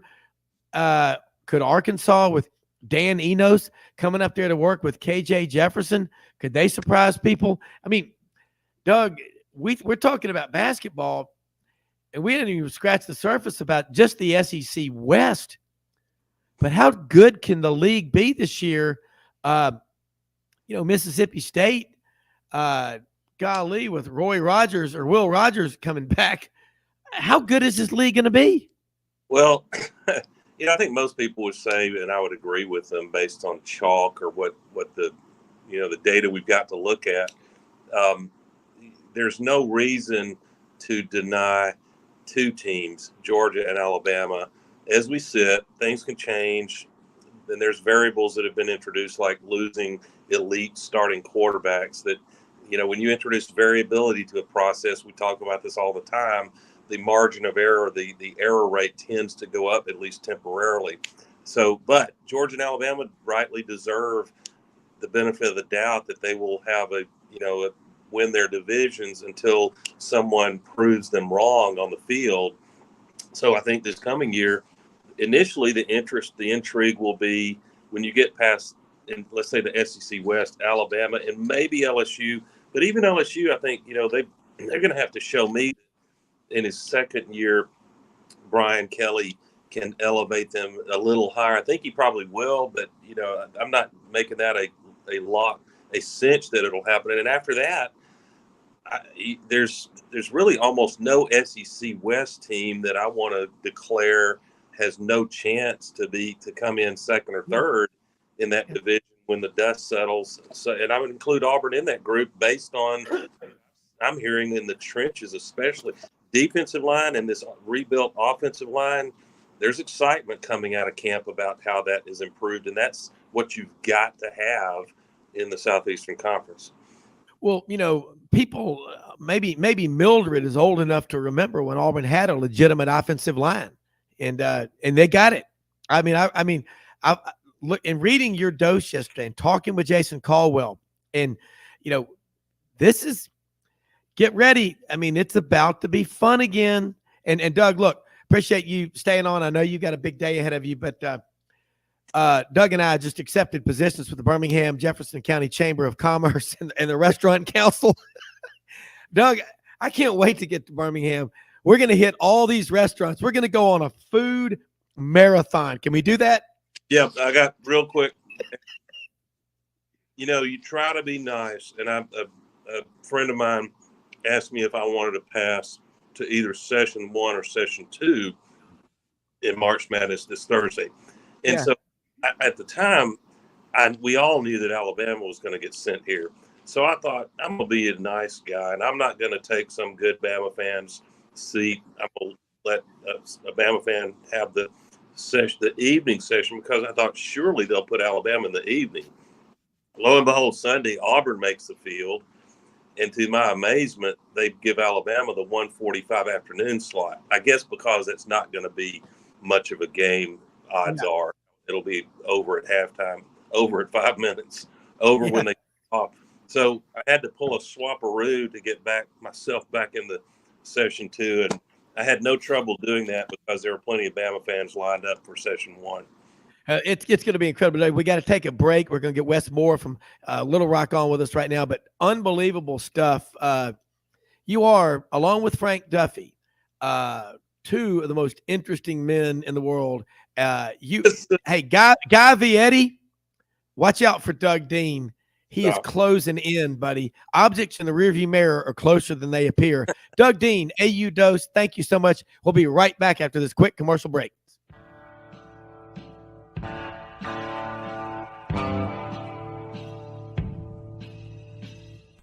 Red River Ford and Toyota, located in Wynne, Arkansas. If you're in the market for a new or used car, truck, or SUV, call, go online, or drop by and see them. Located 45 minutes from Memphis, go off the 4-city exit on I-40 and go north about 15 minutes on Highway 1. Easy to work with and still believe in customer service. If you live out of town, they will deliver your vehicle to you. RedRiverFordToyota.com. Just see what they can do. Strengthen your seed zone this spring with quality tillage equipment from House Industries. Located in Cherry Valley, Arkansas, House Industries specializes in manufacturing superior equipment that will minimize your downtime and keep you working in the field. To ensure the highest quality control, all design, fabrication, and testing takes place in a 99,000 square foot manufacturing facility located right here in the heart of the Delta. Locate your nearest House equipment dealer online at houseindustriesinc.com. House Industries, breaking ground. Sidelines with Rob Browne. Talk sporty to me.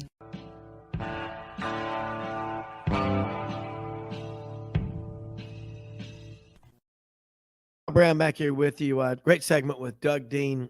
God, there's going to be a lot going on in Birmingham. Later this week is the NCAA tournament kicks off. March Madness. What a scene it's going to be down there, though, in Birmingham. And all the brackets, you look at where everybody's playing. People are, bottom line, you look at Birmingham, it's so centrally located. And the Jefferson County Civic Center now, Legacy Arena, you got the SEC headquarters, Alabama Sports Hall of Fame, Protective Life Stadium, all that stuff downtown, Top Shelf Golf, and then the downtown scene, the restaurants, and the areas around there. We listed off a bunch of great restaurants in Birmingham. But I'm going to tell you what, I look at this list, and Doug Dean is incredible to put it together. But let's run by a few of them again. Automatic Seafood, Hot and Hot Fish Club, Bottega, Gianmarco's, Helen, Galley and Garden, Casual Barbecue, Sliced Pizza, Lakeview, Dimitri's Barbecue over in Homewood.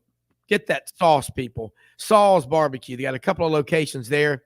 And, of course, my wife and I are fanatics about Milo's Hamburgers in Birmingham. So before we go to one of our next guests, Wess Moore, I want to say something that Sidelines is with you 6 days a week, 50 hours of content a month.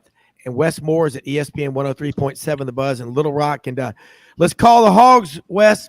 Hogs finished up 8-10 regular season, played a tough schedule. But what we know is, are they a ticking time bomb with a ton of talent on that roster that if all the stars line up, they could get on a run in March Madness? I think they can. Oh, yeah, there's no doubt about it. They're a talented team. Nick Smith brings a different type of scorer to this team that they need, a guy that in crunch time can create his own shot and go get that shot. Heck, we saw that against Auburn. You know, Arkansas had the big lead. Auburn made a great run, retook the lead, and Nick Smith Jr., that's what he brings. He drives in, pulls up, hits a little floater, and turns out to be the game winner. Arkansas was desperately missing that earlier on. I think they had 4 losses by 3 points, one possession type games that they just couldn't find to win those games. And honestly, I thought they were about to do it again against Auburn, and Nick Smith bailed them out. And so that's the difference in this team with Nick Smith. I mean, that's just a prime example. And you got to think in the NCAA tournament, you're going to have a lot of close games. And that's what Arkansas had the last 2 years on their way to the Elite Eight. And they found a way to win those close games, mainly because they play such good defense. You get in a one-possession type game, you get a stop. You know, a lot of times that's what, gets you that victory.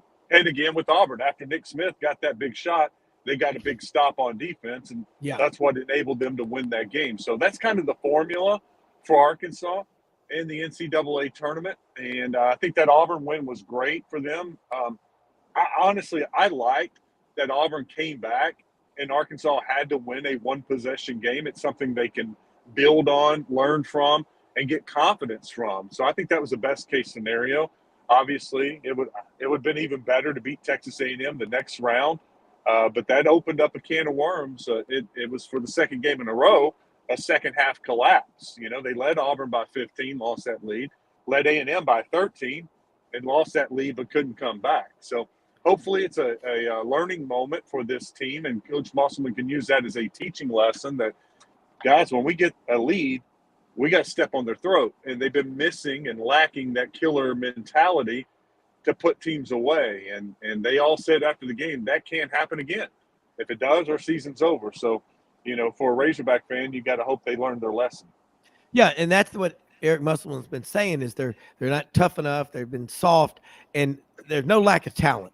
As far as a freshman class that Arkansas has brought in, on paper, this is one of the best, maybe the best statistically. And so there's never been a lack of talent with this team. And if Nick Smith would have been playing the whole season, and this group had been playing together from the very beginning, I think they'd have significant number of more wins. There's no doubt about that. And look, as talented as they are, it, Wes, it's hard to do this late, but you know what? This is the last time Nick Smith will ever play in college. And he knows that the next game could be his last game. And so does Anthony Black. And there's other guys. This is a talented team. And what you hope for is they all get together and say, guys, look, let's give the Arkansas everything we've got. We're not going down on our knees. We're going out fighting. If they, and I believe they will, and who better to get in their heads and get them to believe that than Eric Musselman?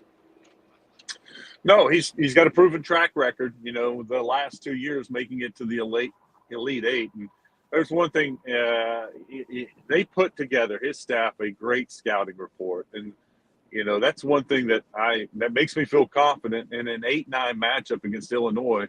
They're going to take away Illinois' best player. They're going to have a great scout, and it's going to give the team every chance to win that game.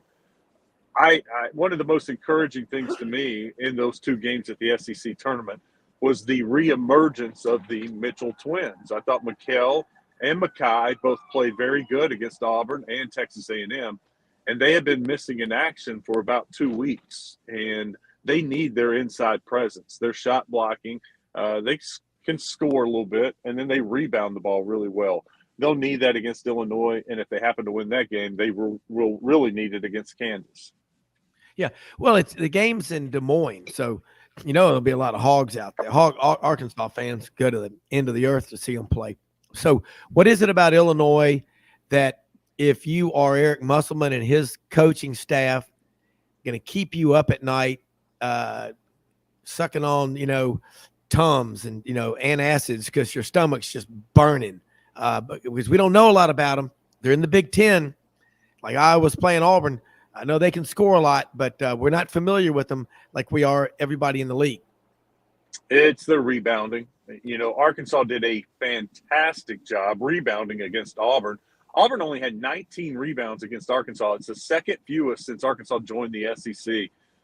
18 had happened twice. So to hold Auburn to 19 rebounds was great. But then against Texas A&M, they were out-rebounded. So which Arkansas rebounding team shows up, that will be huge against Illinois.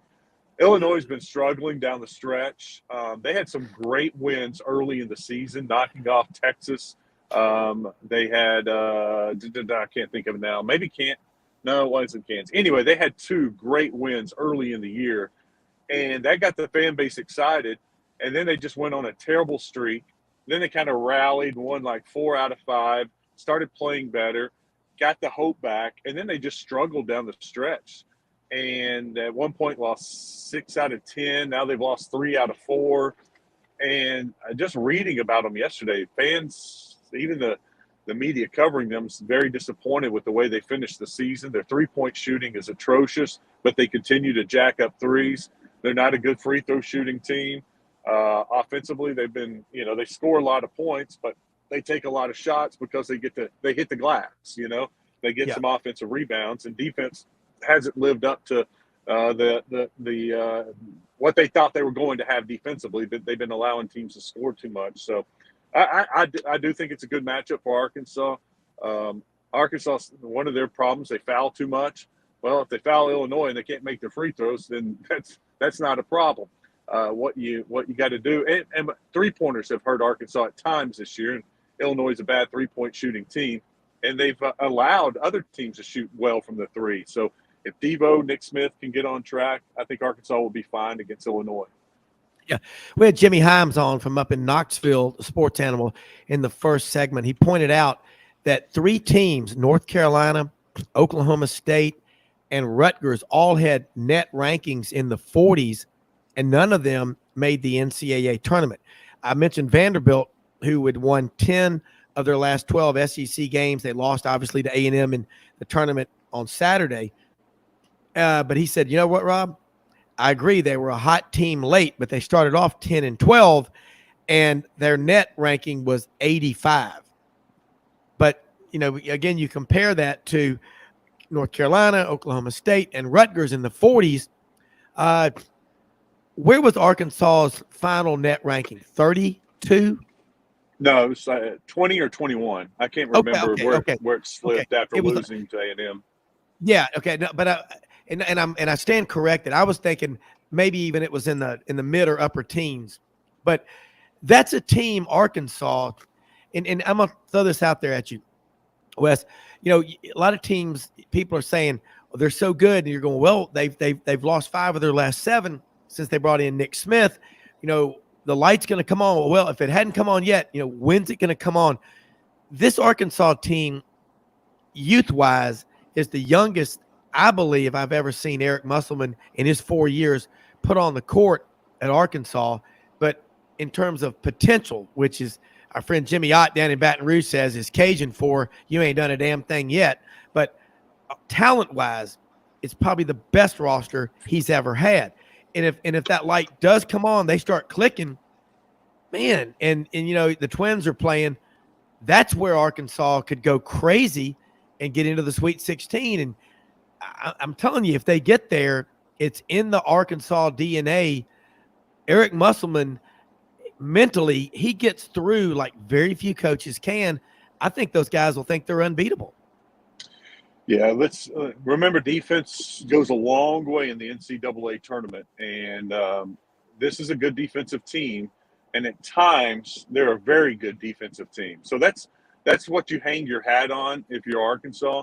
Yeah, you go in, play some lockdown defense on Illinois, and then potentially Kansas. Then you got a chance. Defense gives you a chance, and then if you are making your shots, then you're a tough, very tough team to beat. Now, I don't care who they're playing. You know, we've seen them go toe-to-toe with Alabama twice, and they're a number one seed. So that Arkansas fans know that, and the team knows that they're capable of playing with the best team in the country. So I don't think they will be – and that SEC schedule was just killer. You mentioned it earlier, the toughest in the SEC. That's got them prepared for the NCAA tournament. So they're not going to be overwhelmed if they happen to beat Illinois by Kansas. They're going to go in thinking that they should be the favorite, and they should win that game and get back to the round of 16. You know, they've been to the Sweet 16 2 years in a row. Arkansas hadn't done that since the 90s until Eric Musselman came. So this is a team, you know, with Devo Davis and Kamani Johnson, they were part of those teams, and they expect to win 2 games and be back in the Sweet 16. Now, the freshmen, this is their first tournament, so you do worry about them a little bit. Nick Smith, but I think he's a gamer. The higher the stage, the better he plays. And I've seen that with Anthony Black. Anthony Black had some of his best games in the biggest moments this season. You go back to Maui, and he was awesome in Hawaii when they played 2 tournament teams. 2 tournament teams are expected to do something this year, Creighton and San Diego State. So I'm really not worried too much about the freshmen and being overwhelmed by the moment because, and Coach Musselman said, you look at Arkansas' schedule and their road games, they were playing in front of packed houses every single game. And so that has helped prepare them for this moment. Yeah, I don't think there's any doubt. And I remember before he coached his first game, Sonny Smith was on the show talking. He goes, keep your eye on him, Bill Musselman's son. And it's all coming to fruition. And, you know, Arkansas, again, I tell people this, if you ain't been to Fayetteville, you don't know anything about Arkansas. It's an incredible 600,000 people up there in Fayetteville, 600,000 in the northwest corner. It's an easy place to recruit to. And you cover high school basketball in Arkansas. It's pretty darn good. There's these little towns, they're really good in basketball. There'll be a ton of players coming out. Hey, folks, about to wrap it up with Wess Moore. Look, we most often see the face of Christ in the least among us. We live in the greatest country in the history of the world.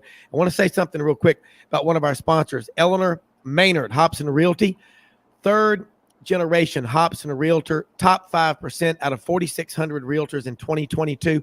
Go to the website, sidelines.live, click on the Hobson Realty icon. It's a hyperlink with Eleanor's picture on there. Whether you're looking to buy, sell in Memphis, you're moving to Memphis from anywhere, call Eleanor Maynard, Hobson Realty. She is our official Sidelines Realtor. She will get you where you need to be. Wes, what are y'all going to talk about today? I know you got a great show Monday through Friday in Little Rock, ESPN 103.7. You talk the Hogs. You talk a lot. And I'm getting more and more Oklahoma listeners. They're texting saying, hey, man, give us some Sooner talk. So, Wes, Sooners aren't in the tournament this year. You got to get in the tournament to get talked about. But we know they're good in football and baseball and softball and everything. But what's on the menu? Well, we're going to obviously talk about the NCAA tournament. Pat Bradley will join us today at 11 o'clock from the SEC Network. We'll get his thoughts on the SEC teams in the tournament and, of course, Arkansas. And then Mike Neighbors, head coach of the Arkansas women, will join us at 10:30 today. Disappointing year for them. They didn't make the NCAA tournament, but yesterday they found out they're going to host Louisiana Tech in the NIT, the women's NIT. So we're going to catch up with Coach Neighbors and see what he's hoping to get accomplished in the women's NIT. Well, you know, one thing, Pat Bradley is one of my favorite guys on TV. I don't know him, but I love him. The shooter. He genuinely loves Arkansas. I remember last year, Arkansas was in the Elite Eight, getting ready to play Gonzaga. And he got really emotional talking about, you know, I'm from Everett, Massachusetts.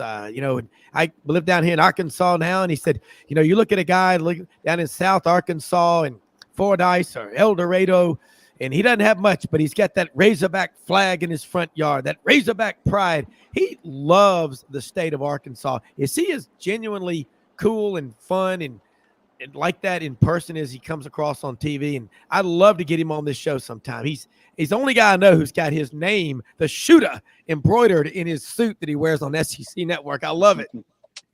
He is even more fun off the air. I tell you what, we got to do a fishing trip up north, and he came up and we went out and caught some fish and spent the night and fried them up and just had a great time up in North Arkansas on one of the rivers. So he is on the white. He's a great guy. He's a lot of fun, great personality, and just what you see on TV is who he is. He is just a true great human being.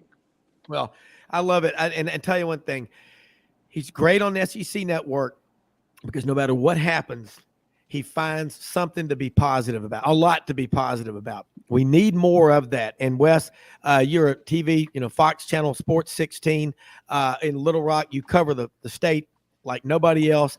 You do a great radio show. Always love having you on this show because you're high energy, you're positive, and we're what this show is all about. So thank you so much for your time. And we'll get you back on next week talking NCAA March Madness. Go Hogs. We'll see you tomorrow. Thank you, Wes. You bet. Enjoyed it.